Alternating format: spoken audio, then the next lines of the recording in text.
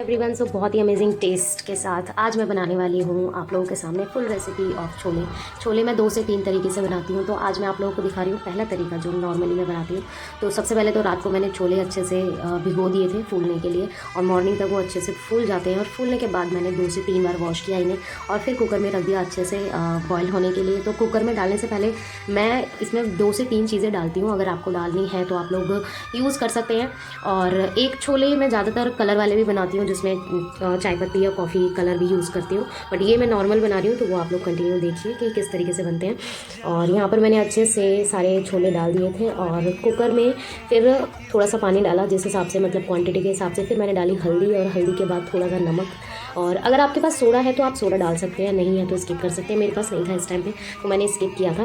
पर सोडे से क्या फ़ायदा होता है कि जल्दी हो जाते हैं, मतलब कि जल्दी 4 से 5 सीटी में अच्छे से हो जाते हैं। और मैंने यहाँ पर हींग, हल्दी और नमक तीनों चीज़ें डाल दी थी, और फिर कुकर का ढक्कन लगाकर मैंने अच्छे से बॉयल होने के लिए रख दिया।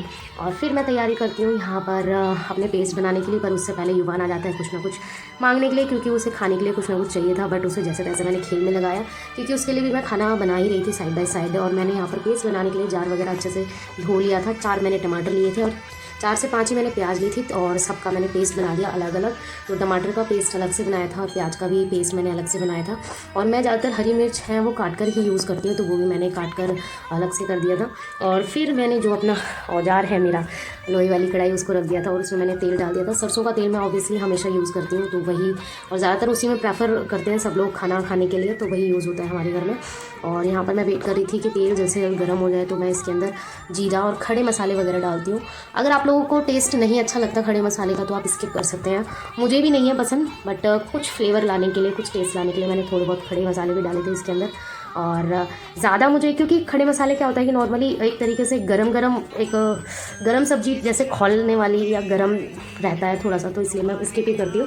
बट मैंने यहाँ पर थोड़ा बहुत डाला था ताकि फ्लेवर आ जाए, टेस्ट अच्छा रहे, क्योंकि आज की क्वांटिटी छोले की थोड़ी ज़्यादा थी, क्योंकि गेस्ट आने वाले थे घर पे, तो इसलिए। और भी चीज़ें मैंने बनाई हैं, मतलब कि बाद में आप लोगों को बताऊँगी।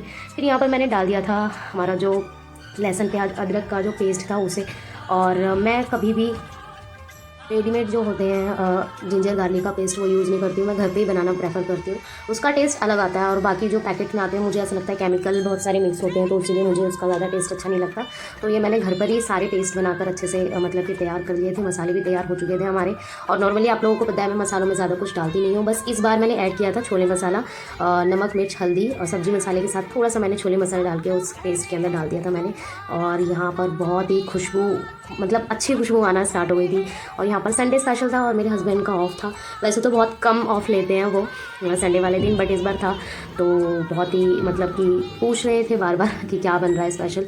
तो मैंने बोला छोले बन रहे हैं, तो फिर वो मुझे ताना दे रहे थे, कह रहे थे कि ये भी कोई स्पेशल होता है छोले, ये तो नॉर्मली हर किसी के घर में बनता ही है, कुछ स्पेशल बनाना। तो मैंने बोला नेक्स्ट संडे कुछ स्पेशल ही बनाऊंगी। और फिर यहाँ पर मैंने जो मेरे छोले थे वो बॉयल हो चुके थे, बट मैंने जब खोल कर देखा तो इनमें थोड़ा सा मतलब कि रह गया था, अभी वो अच्छे से हुए नहीं थे 4 से 5 सीटी में, क्योंकि मैंने ऑलरेडी बताया था कि मैं अगर खाने वाला सोडा डाल देती हूँ तो ये जल्दी हो जाते हैं 4-5 सीटी में। और सोडा मैंने नहीं डाला था क्योंकि था नहीं, तो इसलिए नहीं हुए थे। तो फिर मैंने दोबारा कुकर रख दिया, और हमारा मसाला यहाँ पर रेडी हो रहा था, और यहाँ पर खुशबू बहुत अच्छी आ रही थी, और टेस्ट भी मतलब कि लग ही रहा था कि हाँ इस बार बहुत अच्छे से मैं कोशिश कर रही हूँ बनाने की। यहाँ पर टाइम लग रहा था क्योंकि प्याज को भुनने में टाइम लगता है, और मैं बार बार ढक के ही बना रही थी ताकि जल्दी से प्याज हो जाए। जब प्याज के ऊपर अपने आप ऑयल आ जाता है और प्याज छूटने लग जाती है कढ़ाई पे, तो समझ जाओ कि जो हमारी प्याज है वो अच्छे से स्किप हो चुकी है, मतलब भुन चुकी है। और यहाँ पर मेरे हस्बैंड और युवान दोनों बाहर हॉल में बैठ कर अपना काम कर रहे थे वो, और उनकी कुड़ी में बार बार जा रहा था, और फिर मेरे पास आ रहा था, तो मैं उसके साथ ऐसे खेल रही थी थोड़ा बहुत, ताकि उसे रोना ना आए। बट उसे कुछ ना कुछ चाहिए था, और इस टाइम तो आप लोगों को पता ही है खाने के टाइम पर तो उसे रोना ही होता है हर बार। तो फिर यहाँ पर हमारी जो प्याज थी वो भुनकर बिल्कुल तैयार हो चुकी थी, और फिर मैंने डाले थे इसमें जो मसाले का मिक्सचर मैंने बनाया था उसे। और फिर मैं वेट करती हूँ उसके मतलब कि अच्छे से पकने का, और जब तक ये मसाला नहीं पकता है ना, तो समझ जाओ कि हमारा टेस्ट जो रहेगा छोले का या किसी भी सब्ज़ी का, तो वो नहीं आएगा इतना अच्छा, और वो कड़वा कड़वा लगेगा। तो मैं भी मतलब कि पूरा टाइम लेती हूँ इसके अंदर।